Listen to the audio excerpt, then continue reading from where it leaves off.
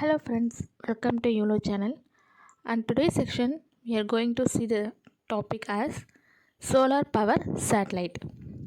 Introduction to solar power satellite. The new millennium has introduced increased pressure for finding new renewable energy sources.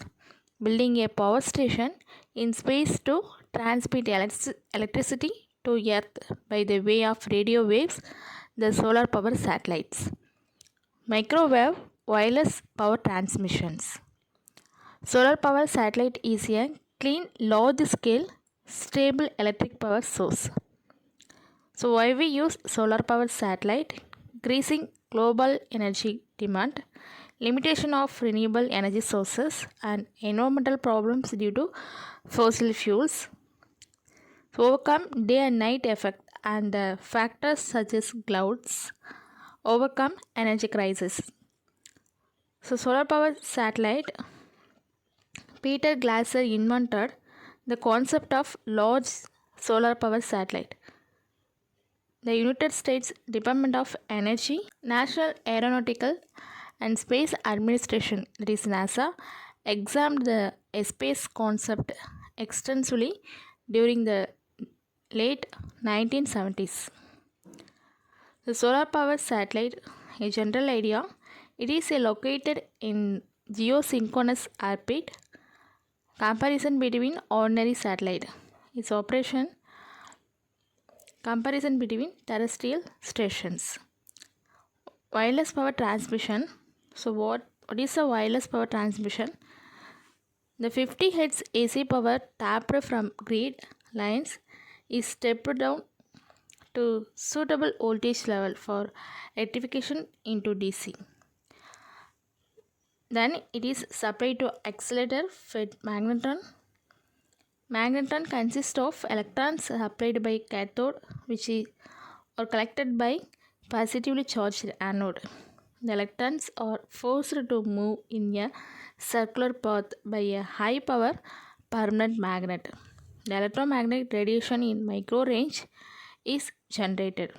Microwave transmission in solar power satellite, the conversion of direct power to microwave power, the formation and control of microwave beam, the collection of microwave energy and its conversion into electrical energy at the earth's surface.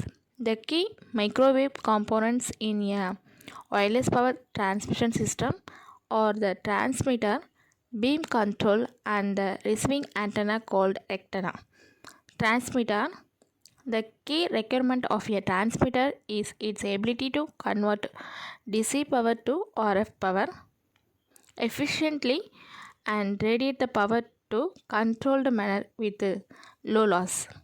The transmitter's efficiency drives the end-to-end efficiency as well as thermal management system. The main components of a transmitter include DC to RF converter and transmitting antenna. The main DC to RF converter or klystron. So klystron transmitter is a tube body and solenoid operate at 300 degrees Celsius and the collector operate at 500 degrees Celsius. The overall efficiency is 83%. The beam control in SP system, the key system and the safety aspect of wireless power transmission in its ability to control retro directive beam control system have been the preferred method of achieving accurate beam pointing. A coded pilot signals is emitted from the antenna towards the solar power satellite transmitter to provide a phase reference for forming and pointing the power beams. So next, rectana. What is mean by rectana? Rectana is a microwave to DC converter devices. It is mainly composed of receiving antenna and rectifying circuit. Rectana consists of receiving antenna, an input low pass filter, rectifying circuit and output smoothing filter. So finally, advantage of solar power satellite. The power could be directed to any point on the Earth's surface. The power density would be uninterrupted by darkness, clouds, or precipitation, which are the problems encountered with the Earth-based solar array.